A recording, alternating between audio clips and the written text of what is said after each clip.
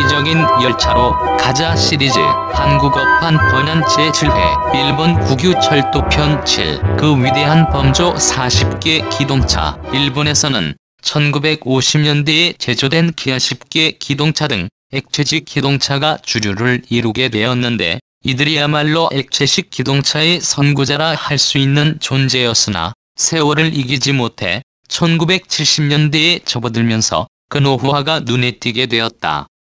게다가 이들 차량은 그 구조상 중대한 결함점이 내포되어 있었기에 그 상황은 심각했다. 결함점 중 가장 문제였던 점은 바로 차량의 무게를 줄이는 방법에 있었다. 즉 차량 경량화를 위한 기술이 아직 미숙했던 시기에 그 목적을 이루기 위해 차량 단면부의 소형화, 쉽게 말하면 차량 크기를 전체적으로 억제하거나 좌석 충전물의 총량을 인색하게 줄이는 등 소극적인 방법 위주로 설계된 10개 기동차는 그 결과 차량 설비가 열악해진 바람에 언젠가 이들 형식은 승무원은 물론 이용자들에게도 깊이 되는 존재가 되었다. 그런 고로 당시 국철은 그동안 쟁의가 그치지 않았던 차량 설비 즉 노동환경의 개선을 주장하는 노조와의 관계를 개선함과 함께 지방 로컬선에서의 서비스 수준 제고를 위해 노후화가 진행 중이었던 기동차를 교체하기 위한 범용형 기동차를 개발, 생산하기로 했다. 1977년부터 82년 사이에 제조된 이 신형 차량은 세부적으로는 운전대 위치를 비롯하여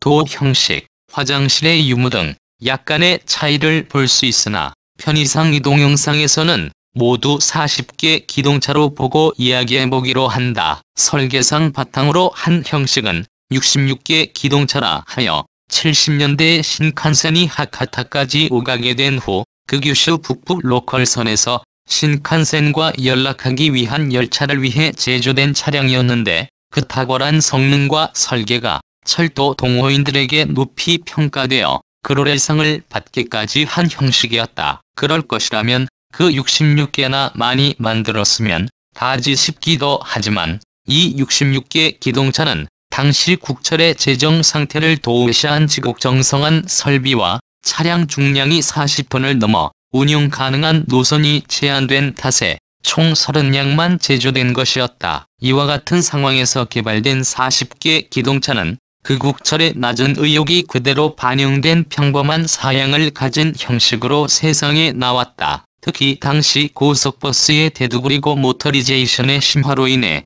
열세 있던 수많은 지방 철도 관리국에서 올린 요망사항이었던 신형 차량에 대한 냉방 설비 장착에 대해서도 로컬선 연선 촌놈들이 푼수 넘게 무슨 냉방, 아니 지금 우리 국철의 재정은 모두들 다 알다시피 넉넉지가 못하니까 한여름에는 천정선풍기 바람으로 견뎌주시오. 같은 방침이 전달되자 경영 의욕은 있어도 권한이 없었던 당의 철도관리국 실무자들을 크게 실망케 했다고 한다. 모두가 이런 식으로 그 낮은 의욕 전개 차량이 바로 40개 기동차였다.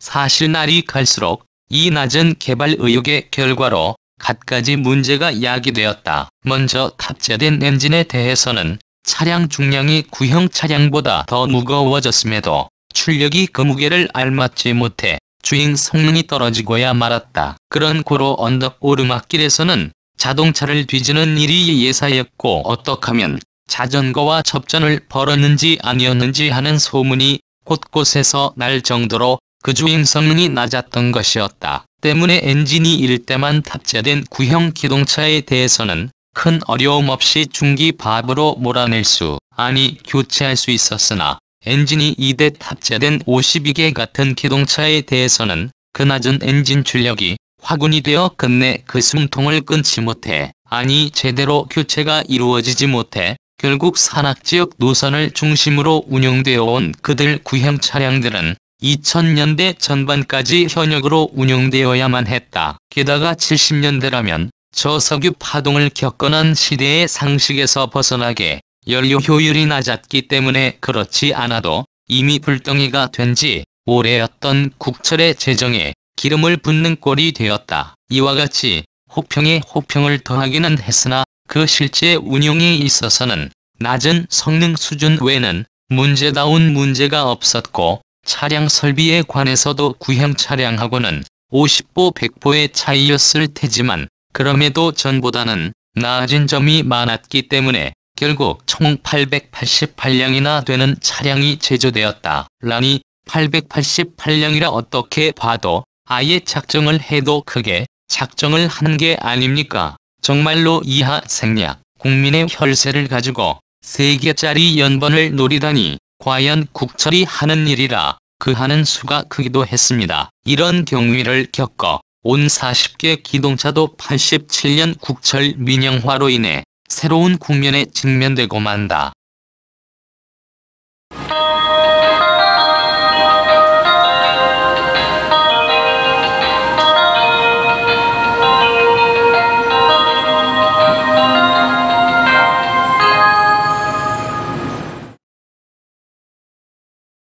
지방 로컬선 서비스 재고를 내걸고 개발된 일본 국철 40개 기동차. 그러나 이 40개 기동차는 국철이 직면되어 있던 당시 상황이 그대로 반영된 사양이었는데, 즉 에어컨이 탑재되지 않았고 그 엔진 성능 역시 차량 중량을 알맞지 못해 낮은 출력밖에 기대하지 못했음 등 갖가지 문제가 내포되어 있던 차량이었다. 그럼에도 세월을 따라 기존 기동차와 순차 교체되어 로컬선 완행열차로 군림하게 되는데 1987년 일본 국철이 민영화된 결과 여객회사 6개와 화물회사 1사 총 7개 회사로 구성된 JR그룹이 창립되었다. 대규모 사업체 민영화 직후였던 당시 아직 향후의 전망이 오리무중속이었던 각 JR 여객회사에서는 신형 차량의 투입에 대해서는 이익에 직결될 개연성이 높고 신고 차량 교체가 급선무였던 노선에 한정하여 그 외 경우에 대해서는 당해 차량에 대한 개조를 통해서 난극을 넘어가기로 했다. 그런데 그 낮은 성능과 높은 연료 소비량 때문에 거의 걸림돌과 같은 위치에 있었던 40개 기동차였으나 그럼에도 제조 후 15년도 되지 않았을 시점에서는 아직 쓸만한 가치가 있었던 것으로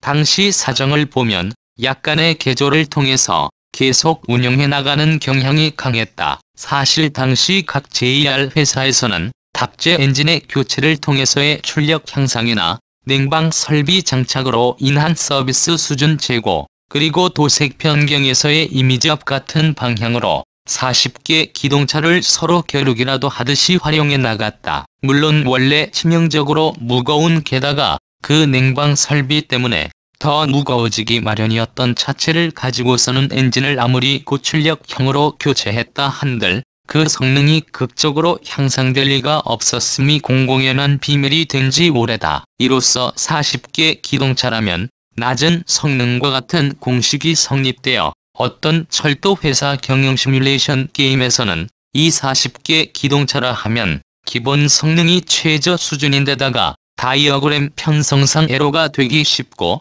이익을 올리기가 벅차기 때문에 그 이점이라면 구입 금액이 저렴한 점과 열차 편성이 한량 단위라는 점 빼고는 경영상 이점을 찾기 어려운 차량으로 그 이미지가 정착되고 말았다. 아무튼 게임에서는 우스갯소리가 될 차량으로 굳어지는 운명이 처해 있던 40개 기동차였으나 90년대 후반을 넘어서부터는 선배 반열에 속한 구형 기동차들이 그 성능과 연료 효율이 높은 JR 세대에 속한 기동차들로 의해 쫓아남에 따라 운용상 여유가 생긴 차량이 나오기 시작했다. 그러나 40개 기동차는 이들 구형 차량들과 달리 극개조나 정비 시에 문제가 되는 성면 같은 유해 물질이 사용되지 않았고 자체 사이즈 역시 겉보기에는 덩치만 크기는 했으니 어떡하면 어느 JR 회사에서도 보유 차량에 대해 그 엽기적인 개조를 시공하려고 착안했다.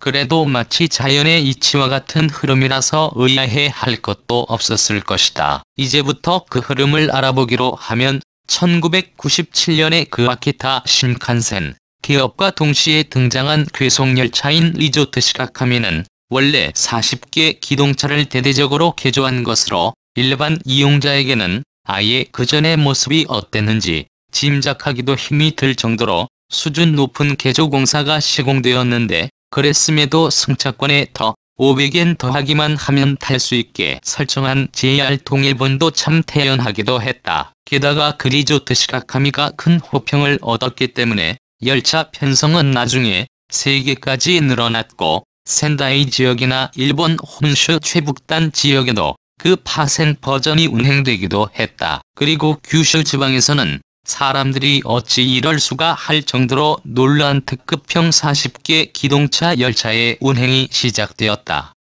규슈 신칸센, 기업에 맞추어 설정된 하야토 바람이야 말로 40개 기동차의 중후장대함을 최대한 살린 도색으로 이목을 끌었는데 그 누구도 상상치 못했던 이 특급형 열차는 그 속도야 뭐 원래 차량 성능을 넘어서지 못해 일본 특급 열차의 평균 속도 중꼴찌가 될 수밖에 없었다. 더는 JR 서일본에서는 알만한 사람이라면 다 아는 명색급행으로 유명한 그 열차나 엽기적으로 개조되어 원래 2량이었던 차량을 억지로 1량으로 운영함으로써 문자 취급을 받게 되는 차량까지 나오기도 했다. 그리고 홋카이도에서는 사이비 기동차로 개조되거나 JR 세대인 젊은 기동차가 40개 기동차로 교체되는 일이 생기는 등 급엄형성을 여지없이 발휘함으로써 40개 기동차는 일본 방방곡곡에서 수없이 많은 전설과 엽기적 개조 네트워크를 창출하게 되었던 것이다. 그러나 2000년대 후반에 들어서 내장재로 성면이 사용된 선배 반열의 기동차들이 대개 폐차 처리되던 무렵부터 40개 기동차의 그중기놈의 마수가 뻗어가기 시작했다. 아무래도 향후 10여 년 사이에는 철도 동호인들조차 놀랄만한 폐차 대열이 이어지게 될 것으로 보인다.